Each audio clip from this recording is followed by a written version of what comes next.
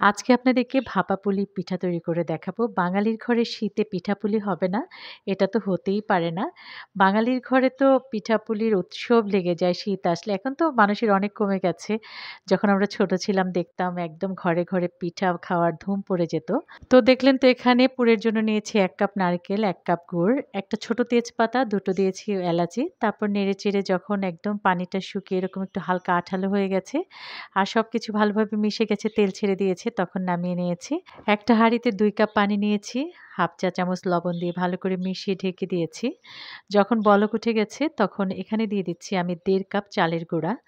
২ cup পানির জন্য ১.৫ cup চালের গুঁড়াই কিন্তু একদম ঠিক আছে। আমি শুকনা চালের গুঁড়াটা ব্যবহার করেছি। আপনারা যদি ভেজা চালের গুঁড়া ব্যবহার করেন তাহলে কিন্তু পানি আরো ১/২ কাপ কমিয়ে দিতে হবে।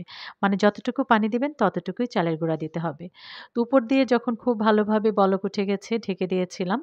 তখন নেড়েচেড়ে নিয়েছি আর অনেক পারফেক্ট হয়েছে দেখে হয়তো বুঝতে পারছেন। আর এখানে পানি দিতে হবে না, শুধু হাত ভিজিয়ে, ভিজিয়ে ডোটা খুব সুন্দরভাবে মুথে নিলেই হবে।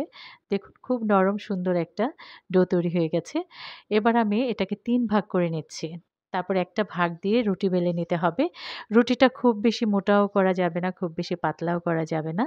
আমি দেখিয়ে দিচ্ছি। দেখেন এরকম মোটা রেখেছি। এবার একটা কুকি কাটার দিয়ে আমি কেটে নিচ্ছি। চাইলে আপনি যেকোনো ধারালো কৌটার মুখ দিয়েও কেটে নিতে পারেন। তো আর যে বাকি আটাটা বের হবে, কাইটা বের হবে, সেটা কিন্তু আমি অন্য আটার সাথে মিলিয়ে রুটি বেলে তারপর পিঠা তৈরি করে নেব। এবার ভিতরে পুর দিয়ে দিচ্ছি। আর ১ম এ চেপে, চেপে এভাবে বন্ধ করে দিতে হবে। তারপর আরো একটু ভালো করে ব্যান্ড করে দিচ্ছি এভাবে। আমি আপনাদের সুবিধার্থে আরো একটা পিঠা আপনাদেরকে তৈরি করে দেখাবো।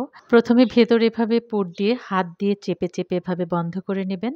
ভালো করে বন্ধ করে নেওয়ার পরে একটু, একটু করে এভাবে নখ দিয়ে চাপ দিতে হবে আর ব্যান্ড করতে হবে। তাহলেই কিন্তু ডিজাইনটা হয়ে যাবে। একদমই কঠিন না, অনেক সহজ। ১ম হয়তো ২-১ টা হতে যাবে না। তারপরে কিন্তু ঠিকই সবাই পারবেন। তো দেখুন এই পিঠাটা কিন্তু তৈরি হয়ে গেছে। দেখতেও ভীষণ সুন্দর হয় এভাবে ব্যান্ড করে দিলে।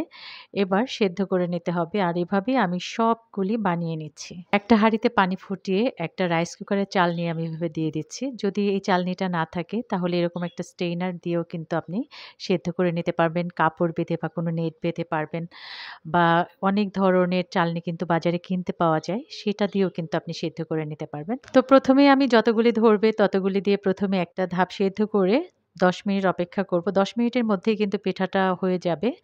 দেখুন কতটা সুন্দরভাবে সেদ্ধ হয়েছে আর এটা যে খেতে কি দারুণ সেটা আপনি ট্রাই করলে বাসায় বুঝতে পারবেন। আমি তুলে নিলাম। বাকি যেগুলি আছে সেগুলি আমি সেদ্ধ করে নিচ্ছি। আজ এই পর্যন্তই। আল্লাহ হাফেজ।